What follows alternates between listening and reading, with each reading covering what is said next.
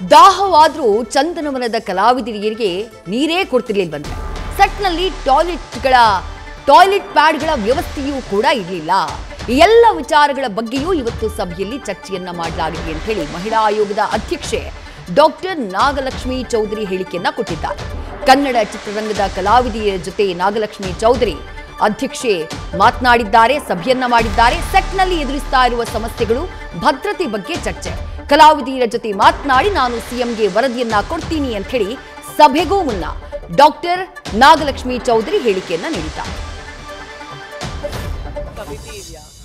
ಮತ್ತೆ ಕೆಲಸ ಮಾಡುವಂತ ಹೆಣ್ಮಕ್ಳಿಗೆ ಯಾವ ತರ ಭದ್ರತೆ ಇದೆ ಅಂದ್ರೆ, ಫಿಲಮ್ ಇಂಡಸ್ಟ್ರಿ ಅಂದ್ರೆ ಬರೀ ಆಕ್ಟರ್ಸೇ ಅಲ್ಲ, ಆಕ್ಟ್ರೆಸ್ ಅಲ್ಲ, ಇಡೀ ಡಾನ್ಸರ್ಸ್ ಇರ್ಬೋದು, ಹೆಲ್ಪಿಂಗ್ ಪೋಷಕ ನಟಿಯರು ಇರ್ಬೋದು, ಸಿಂಗರ್ಸ್ ಇರ್ಬೋದು, ಡಬ್ಬಿಂಗ್ ಮಾಡೋರು ಇರ್ಬೋದು, ಪ್ಲೇಬ್ಯಾಕ್ ಅಂದ್ರೆ ಬ್ಯಾಕ್ ಸೈಡಲ್ಲಿ ಕೆಲಸ ಮಾಡೋರು ಇರ್ಬೋದು, ಲೈಟ್ ಅಂದ್ರೆ ಲೈಟ್ ಮ್ಯಾನ್ ಬದಲು ಲೈಟ್ ವಿಮೆನ್, ಯಾರ್ಯಾರು ಎಂಟರ್ ಟೆಕ್ನಿಕಲ್ಲಿ ಸಿನಿಮಾ ತಂಡಕ್ಕೆ ಯಾರು ಇನ್ವಾಲ್ವ್ ಆಗಿರ್ತಾರೆ ಪ್ರತಿಯೊಬ್ಬರ ಮಹಿಳೆಯರ ಕುರಿತು ಮಾತಾಡಬೇಕು ಅಂತ ಹೇಳಿ ಇದು ಇವತ್ತು ಮೀಟಿಂಗು.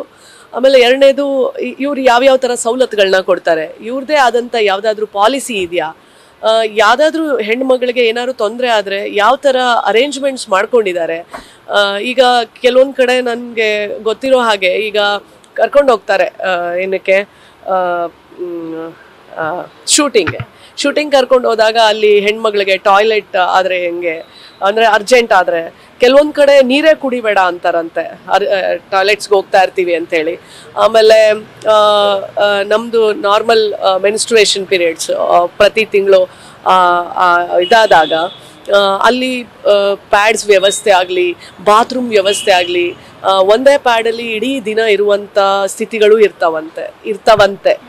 ಸೊ ಎಲ್ಲಗಳನ್ನ ಈಗ ನಾನು ಈಗ ಮೀಟಿಂಗ್ ಕರೆದು ಇಲ್ಲಿನ ಯಾವ್ಯಾವ ಥರ ಸಿನಿಮಾ ತಂಡದಲ್ಲಿ ಕೆಲಸ ಮಾಡುವಂಥ ಹೆಣ್ಣು ಮಗಳಿಗೆ ಯಾವ್ಯಾವ ಥರ ಅನುಕೂಲಗಳಿದ್ದಾವೆ, ಯಾವ್ಯಾವ್ದಿಲ್ಲ, ಇದೆಲ್ಲ ನಂತರ ನಾನು ಒಂದು ಪ್ರತ್ಯೇಕವಾಗಿ ಕಾನ್ಫಿಡೆನ್ಷಿಯಲ್ ಸರ್ವೆ ಎಲ್ಲ actress including the entire cost, ಅಂದರೆ ಸಿನಿಮಾ ಅಂದಾಗ ಡಾನ್ಸರ್ಸು ನಾನು ಹೇಳಿದ್ನಲ್ಲ, ಪ್ರತಿಯೊಬ್ಬರಿಗೂ ಕಾನ್ಫಿಡೆನ್ಷಿಯಲ್ ಸರ್ವೆ ಒಂದು ಮಾಡಿಸಿ ಆ ಸರ್ವೆಯ ಏನು ರಿಪೋರ್ಟ್ ಬರುತ್ತೆ ಅದನ್ನು ತಗೊಂಡು ಅದಾದಮೇಲೆ ಮುಖ್ಯಮಂತ್ರಿಗಳ ಜೊತೆ ಕೂತ್ಕೊಂಡು ಇದನ್ನ ಒಂದು ಹೇಮಾ ವರದಿ ಯಾವ ಥರ ಆಯಿತು ಅದೇ ಥರನೇ ಕರ್ನಾಟಕದಲ್ಲೂ ಒಂದು ಕಮಿಟಿ ಆಗಬೇಕು ಅಂತ ನಾನು ಶಿಫಾರಸ್ನ ಆ ಸರ್ವೆಯ ಮುಖಾಂತರ ನಂತರ ದಿನಗಳಲ್ಲಿ ಮಾಡುವಂತ ಕೆಲಸ.